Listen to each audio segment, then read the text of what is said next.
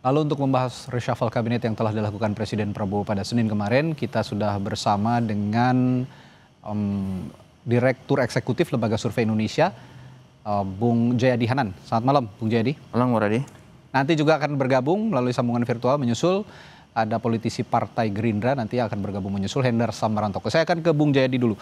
Bung Jayadi, kalau melihat sekarang ada dua posisi menteri yang belum dilantik ya. Satu masih ad interim, masih dijabat sementara oleh Menhan, Menko Polhukam, yang satu Menpora. Nah, kalau Anda punya analisis nggak soal maknanya kenapa ini tidak langsung diisi? Kalau biasanya kan pergantian menteri ini langsung diisi. Apakah ini menunjukkan bargaining politik antara partai-partai?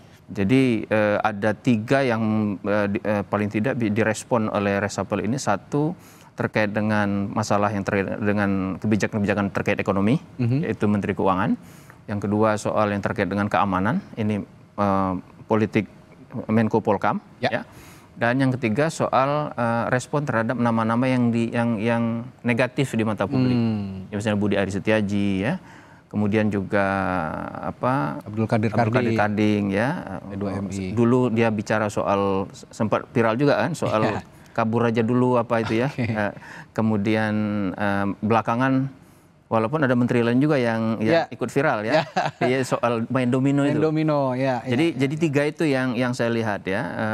Nah, kembali ke soal misalnya Menko Polhukam.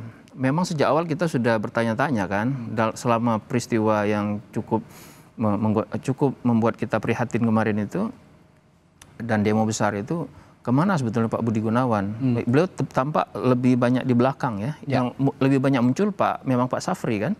Tapi biasanya kalau soal-soal keamanan nasional dalam negeri seperti berhadapan dengan demo atau kerusuhan, biasanya yang mengambil leading sektornya biasanya Menko Polhukam ya. Tapi tidak gitu. Nah, jadi ada kabar sepertinya katanya sedang tidak baik kesehatannya begitu.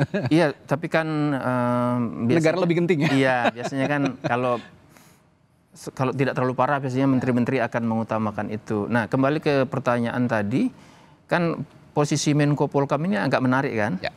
Dia bukan wakil partai, tapi dianggap dekat dengan petinggi partai kan? Terutama dan itu menjadi menarik karena petinggi partai yang dimaksud adalah tadinya berada di tampaknya oposisi, sekarang antara oposisi dan tidak, disebut dengan penyeimbang gitu ya.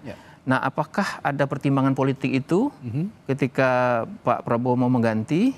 Itu berarti kan perlu dicari figur yang pertama, figur yang meskipun tidak dekat dengan PDIP katakanlah begitu, tapi bisa menjadi jembatan komunikasi langsung lewat itu kepada Pak Prabowo. Karena tampaknya tidak dalam waktu dekat PDI akan masuk tampaknya ya, karena sudah menyatakan di Bali kemarin sebagai partai penyeimbang. Nah, itu yang kedua, memang posisi Menko Polhukam adalah posisi yang sangat senior ya.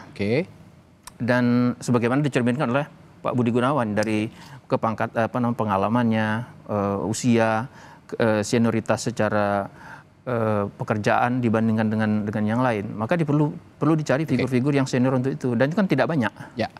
Nah, sebelum saya tanyakan siapa sosok spesifik yang sepertinya nanti bisa menjadi definitif seorang Menko Polhukam dan Menpora, saya ingin juga tanya atau minta pendapatnya soal 5 menteri yang kemarin juga di reshuffle. Nah, langkah ini artinya secara keseluruhan sudah tepat di tengah dinamika politik yang sepertinya agak memanas akhir-akhir ini?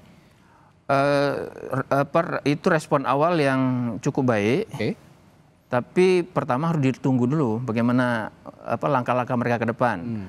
Yang kedua, kan apakah ini hanya sampai sini atau akan dilanjutkan lebih jauh oleh Pak Prabowo kan gitu. Itu yang menarik. Misalnya melanjutkan itu, misalnya Pak Prabowo merespon lebih jauh dengan cara merampingkan kabinet. Merampingkan kabinet itu mungkin bisa gradual sifatnya, karena kan tidak mudah, harus berhubungan dengan partai dan sebagainya. Saya kira misalnya kalau Pak Prabowo berniat merampingkan kabinet, cara paling mudah, cara lebih mudah adalah misalnya mengurangi jumlah wakil menteri. Nah, cara mengurangi jumlah wakil menteri itu misalnya wakil menteri yang diangkat jadi menteri sekarang nggak usah diisi lagi misalnya. Dan sebagainya. Juga ada wakil menteri yang kemarin tertangkap ya, Bang Noel ya. Itu juga gitu. Jadi kita akan lihat ke situ. Jadi tadi sudah ada respon terhadap situasi ekonomi, kebijakan ekonomi, respon terhadap situasi keamanan, dan respon terhadap kontroversi sejumlah nama pejabat negara. Jadi dari sisi kategori itu langkah awalnya udah cukup baik.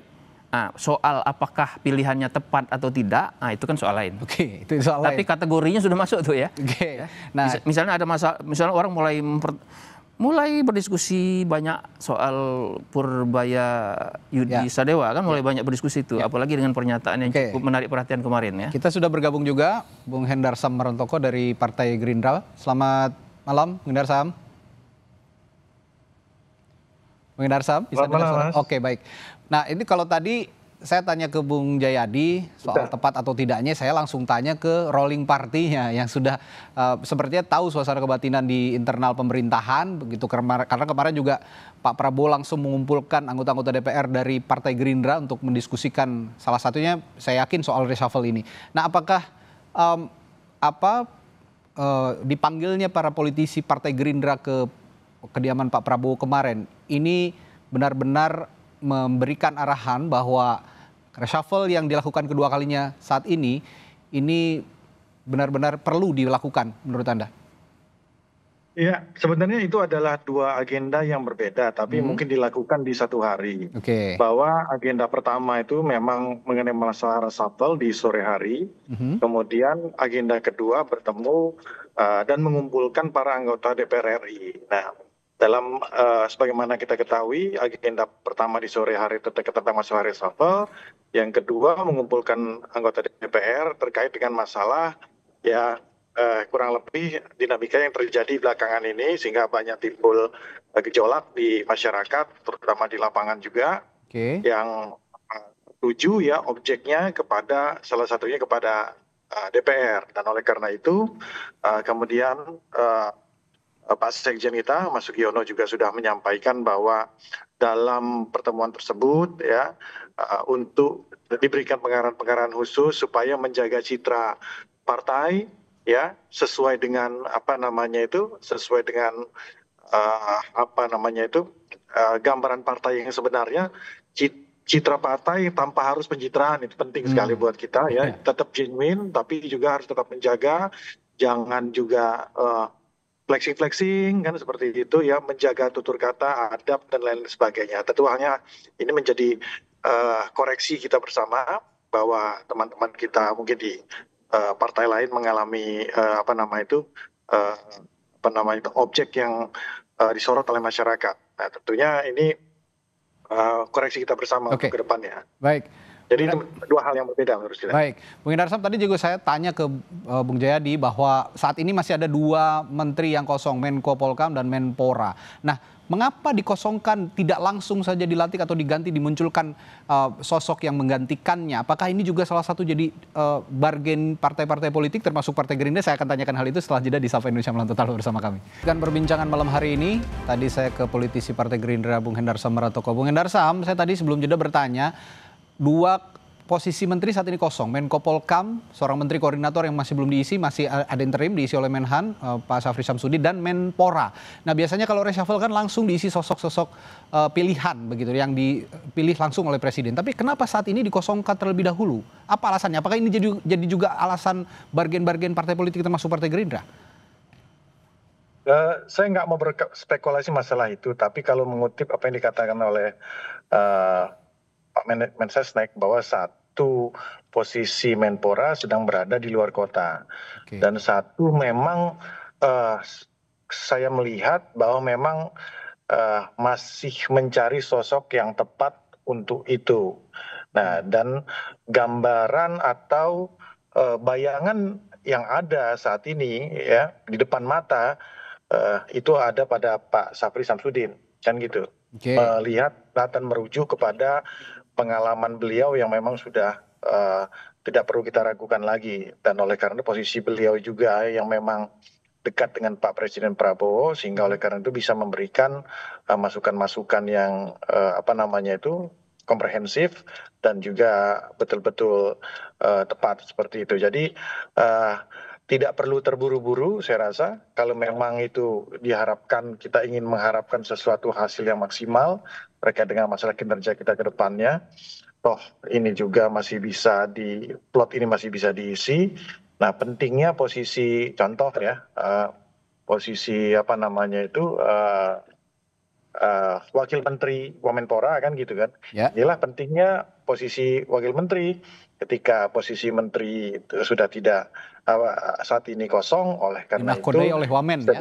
Iya, seperti itulah. Makanya perdebatan kita tentang masalah Wamen perlu atau tidak perlu ya akhirnya kan bisa terjawab dengan salah satu momen ini, bahwa ketika posisi menteri kosong, Wamen bisa mengisi hal tersebut seperti itu. Nah, kalau gitu saya ke Bang Jayadi lagi. Bung Jayadi, kalau semisal nanti Pak Syafri Samsudin ini menjadi Menko Polkam definitif, apa yang akan terjadi kira-kira? Ya berarti akan ada Menhan yang baru kan? Kan nggak mungkin cuma diisi wakil menteri. Betul. Nah itu yang jadi pertanyaan. Tetapi kan di Menhan yang baru kan ada Wamenhan Pak Doni, ya, yang cukup senior juga di tentara, yang juga sudah lama di situ. Sebelumnya kan Sekjen Kemenhan kalau nggak salah ya. Jadi bisa saja yang bersangkutan naik gitu. Dan nanti Wamenhan mungkin tidak diisi. Itu tadi yang saya bilang tadi. Sekaligus itu merampingkan kabinet dengan cara mengurangi wakil menteri tanpa harus menunjuk orang-orang baru gitu. Itu kan salah satu cara merampingkan gitu. Dan saya tadi tertarik dengan pernyataan Anda bahwa Menko Polkam itu biasanya orang dekat presiden meskipun bukan orang partai, dari rezim ke rezim. Iya betul. Ini selalu punya posisi strategis Menko Polkam. Nah, bagaimana dengan Pak Syafri? Kedekatan Pak Syafri kan semua orang tidak meragukan kedekatan beliau itu ya, secara personal maupun secara profesional. Dan secara kepartaian kan gitu. Jadi mereka sudah lama sekali bersatu dan kita tahu pengalamannya sudah sangat panjang. Jadi saya kira sudah tahu persis gerak dan tingkah masing-masing, sehingga lebih mudah, pasti itu akan memudahkan komunikasi, dan itu berarti kan akan lebih memudahkan Pak Prabowo untuk memastikan agar situasi keamanan dalam negeri betul-betul terpantau langsung gitu, hands on gitu, tidak harus diakui ya, ada semacam mungkin informasi yang kurang atau informasi yang tidak cepat sampainya, sehingga kemudian ada kesan peristiwa Agustus lalu itu ada kekurangan dalam penanganannya ya. Satu lagi posisi yang kosong adalah Menpora. Saat ini yang mencuat namanya ada dua nama setidaknya ya saat ini yang diperbincangkan publik, ada nama Raffi Ahmad dan Putri Komarudin dari Golkar. Putri Komarudin dari Golkar ya. Nah ini bagaimana lihat posisi Menpora ini kalau memang diisi kembali oleh kader Golkar nanti? Iya, saya ini nggak apa-apa lah spekulasi ya. Kita kan orang dari luar. Menteri P2MI, itu kan dari PKB, diganti sama menteri dari Golkar, ya kan? Jadi kalau hitung-hitungan politik, kan PKB tidak punya kesalahan apa-apa secara partai untuk dihukum, dikurangi menterinya, itu kan logika logika transaksi politik ya. Jadi logis kalau misalnya menteri yang Menpora diberikan kepada PKB. PKB juga pernah memegang posisi Menpora dulu ya, pernah gitu. Atau itu berarti kan Golkar kan sudah dapat yang menteri P2MI, mungkin jadi tukar gitu ya. Tetapi bisa juga Presiden memberi pengertian kepada PKB, menteri Anda dikurangi satu, tapi mungkin ada ganti yang lain, tetapi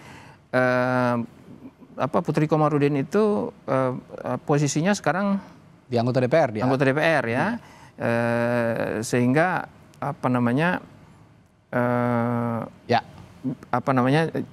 tetap diberikan kepada Golkar sebagai jatahnya Golkar gitu. Berarti kalau gitu saya singkat saja ya Bung Hendar Sam, karena saya harus tanyakan ini, apakah juga ada urgensinya dari Partai Gerindra untuk mengisi posisi-posisi menteri yang kosong ini? Kalau memang Golkar sudah ada jatahnya, mungkin Gerindra nanti yang bisa mengusulkan nama di Menpora. Tahu-tahu Bung Hendar Sam yang jadi. Kan, kita kembalikan lagi lah kepada Pak Presiden. Baik. Itu kan udah bahasa yang lazim kita sampaikan. Hak prerogatif presiden dijamin oleh Undang-Undang Dasar. Tentukan kan, oleh karena itu semua partai juga mengerti posisi konstitusi presiden dalam hal ini. Jadi kita kembalikan lagi ya kepada Pak Presiden untuk menentukan hal tersebut. Karena itu memang hak prerogatif presiden, sehingga apa yang diputuskan oleh presiden, Partai Gerindra akan mengikuti, begitu ya kira-kira. Ya, maksud saya kalau memang itu tidak diganti ke PKB, presiden perlu menjelaskan dulu kepada PKB kan. Perlu waktu sedikit lah. Baik, terima kasih Bung Jayadi, Bung Endar Sam telah berdiskusi malam hari ini di Sapa Indonesia Malam. Kita tunggu nanti siapa yang akan mengisi sosok-sosok penting, sosok-sosok yang potensial untuk mengisi posisi Menko Polkam dan juga Menpora. Terima kasih, sampai jumpa lagi, sehat selalu.